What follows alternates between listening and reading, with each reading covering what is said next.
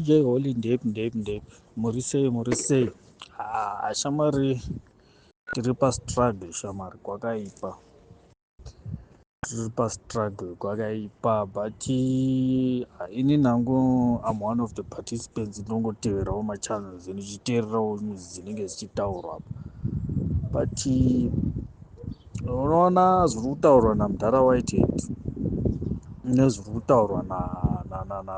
naJeff Judah izvi I think imi ndimi vanhu vari kuita zvekutefenyura imbobatai vanhu ava vanozviti vanageza nanachiwenga varida kuti revolution ienderere mberi ngavaite zvinhu zvekubuda muZANU-PF mavo mavari kutaura kuti muZANU-PF hapana chinhu chavachabudisa as long as vasina kugara pasi naChamisa vakataurirana naChamisa because Chamisa wachona iye wavanonzvenga ndiye ane vanhu ndona mwoyo yese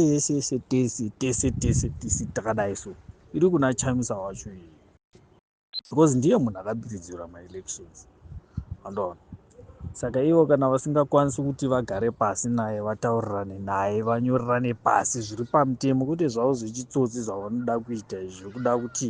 vanoshandisa vanhu vapedza ipapo vodzokera zvavo muZANU-PF hazvimeki sense zvinhu zvavarida kuita izvi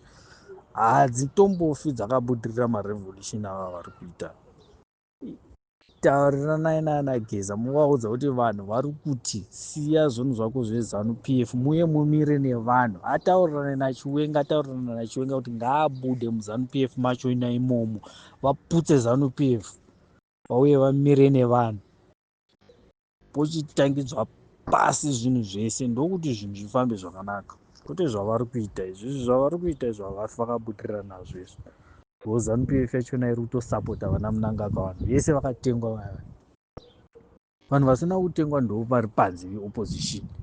tisu vanhu vacho tinofanira kusapota vanageza but vanoda kutishandisa manje ndozvisingaiti that's why uchiona mademos avo ese asingabudiriri nhau yekuti vari kuvharira panze munhu wachona iye ane chimuta nevanhu vacho ndiyo vavari kuvharira panze ko ivo chiri unombovanetsa kuti vagare pasi naChamisa vasaenderana nezvinhu zvavo zvavanosaenderana naChamisa votaurirana naye chii chinombovanetsa kana kuri kuti nhau yavo iri pakusunungura vana veZimbabwe pakugadzirisa nyika chii chinombovanetsa because ndezvipi zviri nani kuti Mnangagwa aendere mberi aite Zimbabwe kingdom chii chava chabhenefita both Chiwenga naiye Geza wacho at the end of the day uchaona kuti vese vachaita mastreet kid because Geza wacho kuchamuremera kugara kuZimbabwe iye Chiwenga wachona uchadzingwa kuZANU-PF kwacho ungofanana nazvakaita Mai Mujuru zviya zvobatsirei votambura manje nekupedzera kutotiza unogona kupedzera atobuda muZimbabwe macho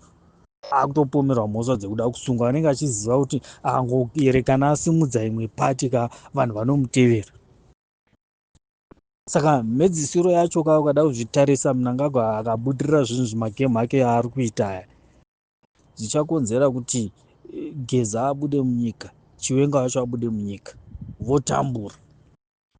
Mnangagwa zvinhu zvake zvoendera mberi woinda 2035 woita kingdom yake yaari kuda kuita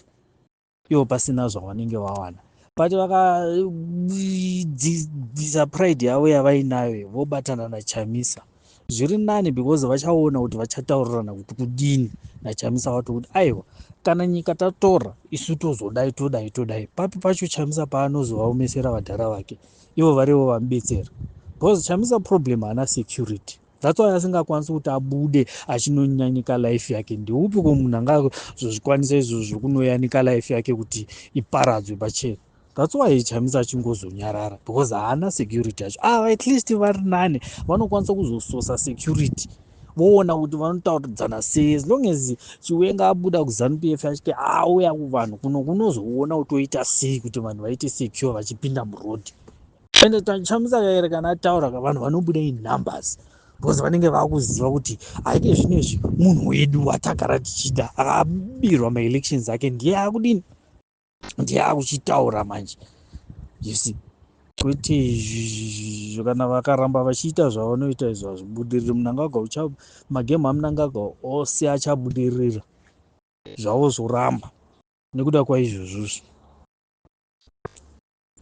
Tototarisira ivo kuti ndo vanokwanisa kutisunungura, but kana vachiita magemu ava ekuvandirana hashandi aya. Saka imimi ndimi munokwanisa kubatana navo kuti mutaurirane navo vanageza, vaudzei kuti vanhu tiri kutaura zvakati. Thank you very much Mr. GG Hall.